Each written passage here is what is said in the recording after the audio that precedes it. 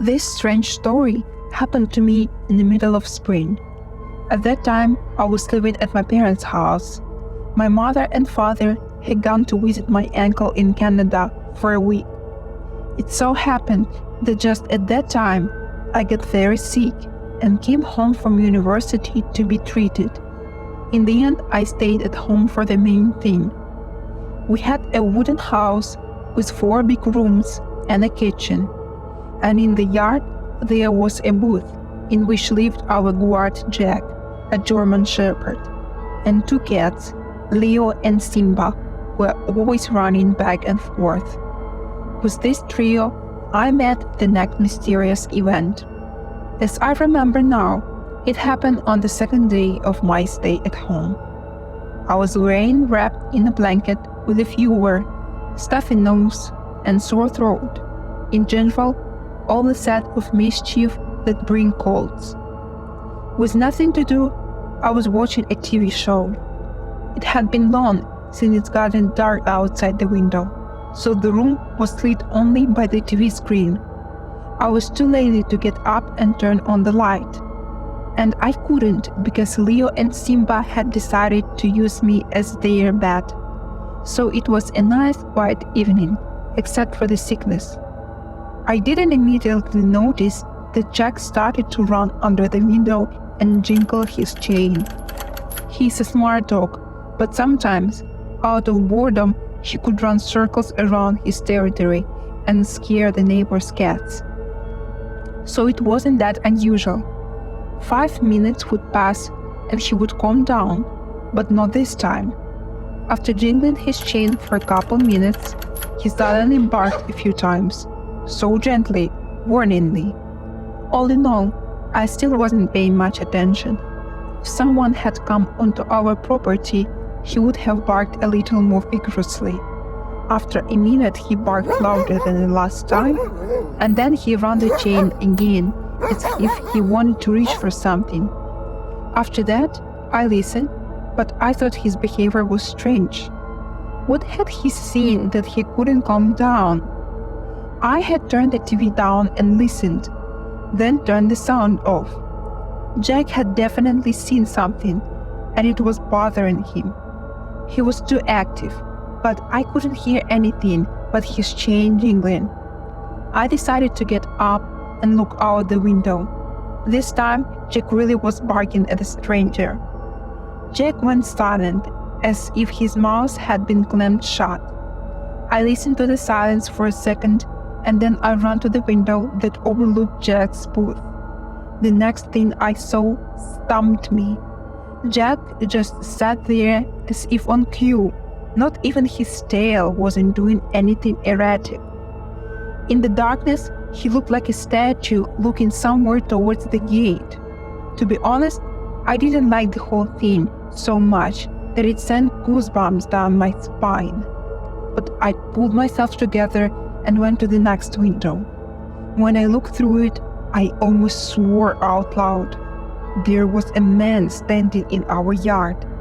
He came in through the gate, which was open. The man was standing there with his head turned in different directions. He was wearing a short jacket and jeans.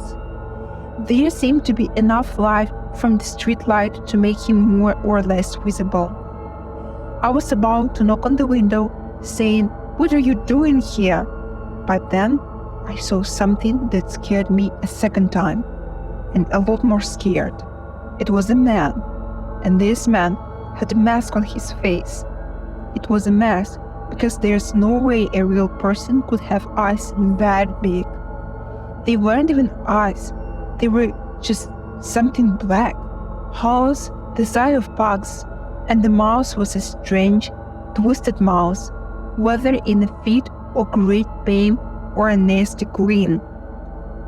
It was a horribly ugly mask, and I don't want to think that it was his real face, if it was.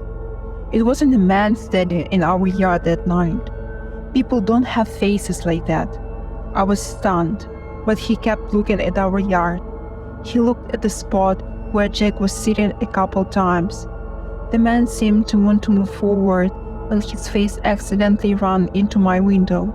For a moment, we stared into each other's eyes. I don't know, that picture will probably stay in my head forever now. He noticed me, of course. His neck began to stretch and his grin grew even bigger. He winked at me. I don't know how he winked at me, but I didn't see it because masks can't move. So I reflexively took a step back. His head disappeared behind the windowsill. My heart was racing and my legs almost gave out. I just went into a state of shock. Meanwhile, the grass rustled under the window. Yeah, I remember exactly how he walked, but I'm lucky the house is on high foundation. If his face had appeared in the window at that moment, I would have died on the spot, just out of fear. So I turned away from the window and I looked at the table in front of the TV with my cell phone on it. I don't know why I did it, but maybe it saved me, because I heard him grab the windowsill. The back of my head felt his gaze on me. Precisely, something began to burn through me from behind, creeping somewhere in my brain to make me turn around, but I never turned around. I don't know how long I stood like that. Maybe 2 minutes, maybe more. The knocking stopped. Turning around slowly, I walked over to the couch and sat down. The cats were still sleeping peacefully, and the same show was going on the TV. I don't know what came over me, but I just sat there, staring stupidly on the screen, afraid to move. I'll just say that when the end credits came on, which was about 25 minutes later, I heard someone jump out the window.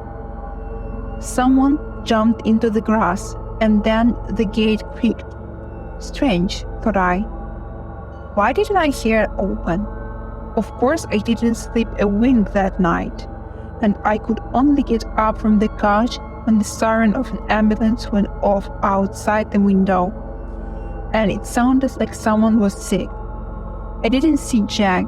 He'd gone crazy in the booth after that night. He was different, too calm or too sad. He rarely wagged his tail anyway. The next morning, it turned out that several dogs from the neighborhood had died, and an old lady had a heart attack. It was a good thing that her granddaughter was visiting at the moment. She called an ambulance, but they still didn't save her. The granddaughter said that the grandmother heard something in the yard and went to the window, looked at it for about half a minute, and then screamed, grabbed her hat, and fell.